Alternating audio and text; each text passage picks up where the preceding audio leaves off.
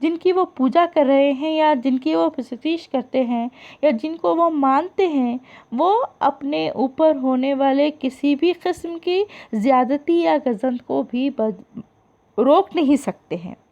اپنے آپ کو بھی بچا نہیں سکتے ہیں۔ یہ سب کچھ جانتے تھے، اس کے باوجود ان کی پوجا کرتے تھے۔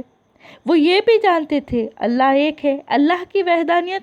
کے بارے میں وہ دل سے یقین رکھتے تھے، لیکن اس کے باوجود مانتے نہیں تھے، غیر اللہ کی پوجا کرتے تھے، ان بتوں کی درگاہ پر سر جھکاتے تھے۔ آپ صلی اللہ علیہ وسلم نے جب کلمہ توحید، جس کو ہم لا الہ الا اللہ کہا، تو انہوں نے کیا مطلب اس کا مفہوم کیا ہے کہ نہیں کوئی معبود سوائے اللہ کے، لا الہ الا اللہ ہو، ٹھیک ہے، اللہ کے سوا کوئی معبود نہیں ہے، یعنی کوئی سجدہ کرنے کے لائق نہیں ہے۔ اللہ ہی ایک ایسی ہستی ہے جس کے آگے ہم سجدہ کر سکتے ہیں، اور اللہ ہی کے آگے ہمیں جھکنا ہے۔ باقی کسی اور درگاہ یا کسی اور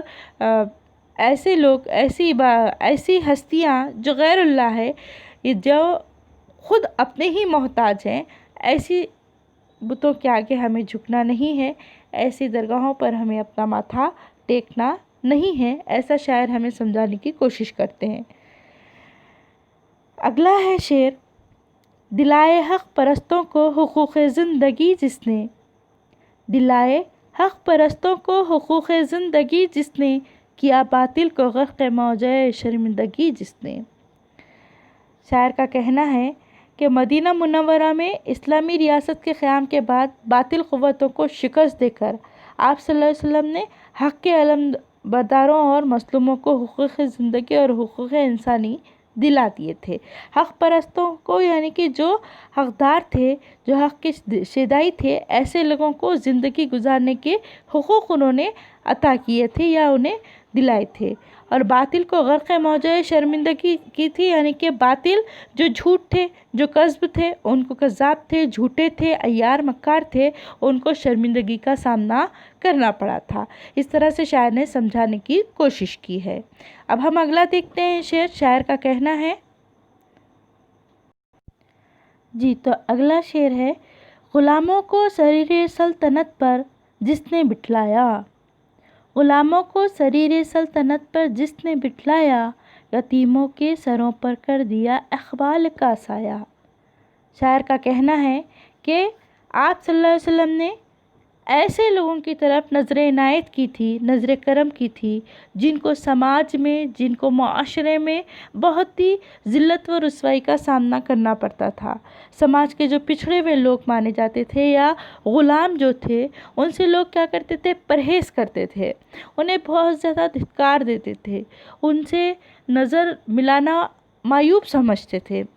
تو انہوں نے پرہیزگاری کے سبب انتظام حکومت کے اونچے منصب اور مرتبے پر انہیں بٹھایا، اور سماج و معاشرے میں یتیموں کو سربلندی و عظمت عطا کی ہے۔ اب جیسے میں آپ کو ایک بات بتاتی چلوں، ایک مثال چھوٹی سی دیتی چلوں، آپ نے حضرت بلال رضی اللہ تعالیٰ کا نام سنا ہوگا۔ وہ تو حبشی غلام تھے، لیکن ان کی اذان سے ہی سویرا ہوا کرتا تھا، ان کی اذان سے سویرا ہوا کرتا تھا۔ ان کی اذان اتنی زیادہ پسندیدہ تھی آپ صلی اللہ علیہ وسلم کے لیے کہ ان کی اذان سننے کے لیے وہ بے قرار ہوا کرتے تھے۔ تو کہنے کا مطلب یہ ہے کہ آپ صلی اللہ علیہ وسلم نے ایسے لوگوں کو، جو کہ سماج کی نظر میں بہت زیادہ پچھڑے ہوئے تھے، سماج کی نظر میں بہت زیادہ منحوس سمجھے جاتے تھے، یا نعوذ باللہ ایسا نہیں، ہمیں ایسا نہیں سمجھنا ہے، لیکن سماج اس وقت کا جو بہت زیادہ دھتکار دیتا تھا یا ایسے لوگوں سے اپنے آپ کو دور رکھنا چاہتا تھا، ایسے لوگوں کو بھی آپ صلی اللہ علیہ وسلم نے سربلندی و عظمت عطا کی ہے۔ آئے ہم اگلے شعر کی طرف بڑھتے ہیں۔ شاعر کا کہنا ہے، گداؤں کو شہنشاہی کے قابل کر دیا جس نے، گداؤں کو شہنشاہی کے قابل کر دیا جس نے، غرور نسل کا افسوں باطل کر دیا جس نے۔ دیکھیں یہاں پر شاعر کا کہنا ہے کہ زمانہ جہالت میں سماج کے جو اونچے طبقے کے لوگ تھے،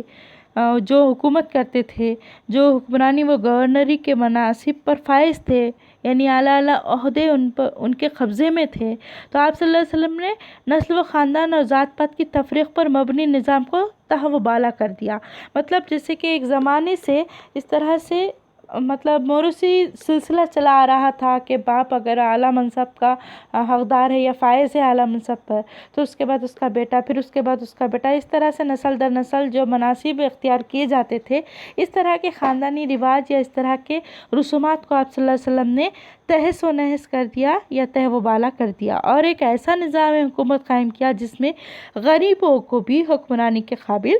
سمجھا گیا۔ مطلب یہ ہے کہ آپ صلی اللہ علیہ وسلم نے لوگوں کو یہاں پر پرکھا تھا، لوگوں کو سمجھا تھا، اور ان کو یقین تھا کہ یہاں پر قابلیت کی بنیاد پر حکومت کی جا سکتی ہے۔ یہاں پر صرف اپنے وہ کہا جاتا ہے کہ عزت نہ پا سکو گے تم بزرگوں کے نام سے، عزت آپ کو آپ ہی کے کام سے پہچانیں گے لوگ، تمہیں تمہارے ہی کام سے، یعنی لوگ تمہیں تمہارے کام سے پہچاننے لگیں گے۔ کچھ وقفے تک، کچھ عرصے تک، کچھ وقت کے لیے آپ اگر بزرگوں کے حوالے سے اپنی پہچان بنانا بھی چاہیں گے تو لوگ آپ کا کام دیکھنا زیادہ پسند کرتے ہیں۔ تو اسی لیے یہاں پر آپ صلی اللہ علیہ وسلم کے جو امور تھے یا آپ صلی اللہ علیہ وسلم کے جو طریقہ کار تھا اس کی طرف اشارہ کرتے ہوئے شاعر بتانے کی کوشش کرتا ہے کہ یہاں پر جو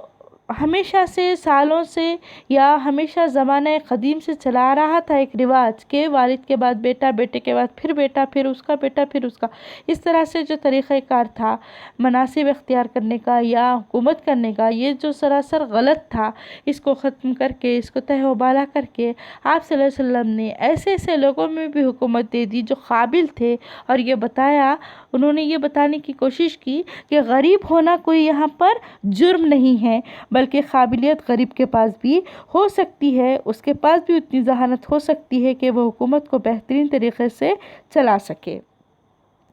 اگلا شعر ہے، وہ جس نے تخت اوندھے کر دیے شاہان جابر کے، بڑا ہے مرتبہ دنیا میں ہر انسان نے صابر کے۔ آپ صلی اللہ علیہ وسلم کی حکومت کرتا جو قائم کرتا جو حکومت تھی، ان کے سامنے بڑے بڑے جو بادشاہ تھے وہ سب کے سب تہس نہس ہو کر رہ گئے، ان کے تخت الٹ پلٹ کر رہ گئے، اور ان کی جگہ اللہ کے نیک اور انصاف پسند بندوں نے لے لی تھی۔ انہوں نے ہر خاص و عام میں مقبولیت حاصل کی۔ یہ سب کچھ آپ صلی اللہ علیہ وسلم کی تعلیمات کی بدولت ہوا تھا، یہ آپ کو سمجھنا ہے۔ کیا کہا کہ دلایا وہ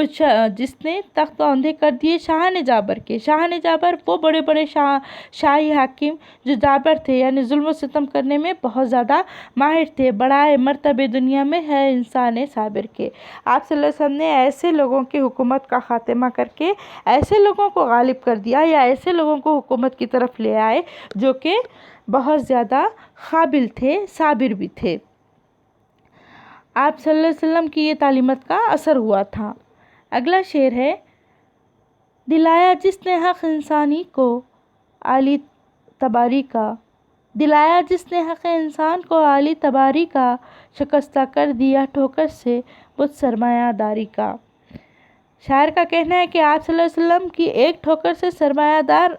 کا خاتمہ ہو گیا، بت و عفریت کا خاک میں مل گئی، اور سرمایہ دار جو بھی لوگ تھے وہ سب کے سب متاثر ہو کر انسانوں کو ان کا حق ملنے لگا، ایک مرتبہ صحیح انصاف ہونے لگا تھا۔ یہ صرف اور صرف آپ صلی اللہ علیہ وسلم کی بدولت ہوا تھا۔ اگلا شعر دیکھیں گے ہم، وہ جس کا ذکر ہوتا ہے زمین و آسمانوں میں، فرشتوں کی دعاؤں میں، مؤذن کی اذانوں میں۔ دیکھیے گا، شاعر کہتے ہیں آپ صلی اللہ علیہ وسلم کا ذکر زمینوں اور آسمانوں میں ہر جگہ موجود ہے، ہر جگہ صبح سے لے کر شام تک، شام سے لے کر صبح تک ہوتا رہتا ہے، یہاں تک کہ آسمان کے جو فرشتے ہیں وہ بھی آپ صلی اللہ علیہ وسلم کو اپنی دعاؤں میں یاد رکھتے ہیں۔ اس کے علاوہ جو بہت بڑی بات یہاں شاعر نے بتانے کی کوشش کی ہے وہ ہے کہ زمین پر موزن دن اور رات ملا کر اس طرح سے 5 اذانیں دیتا ہے، یا 5 مرتبہ آپ صلی اللہ علیہ وسلم کو اپنی اذان کے ذریعے ان کی رسالت کی گواہی دیتے ہوئے پکارتا ہے یا ان کو یاد کرتا ہے۔ تو یہ بہت بڑی بات ہے اپنے آپ میں،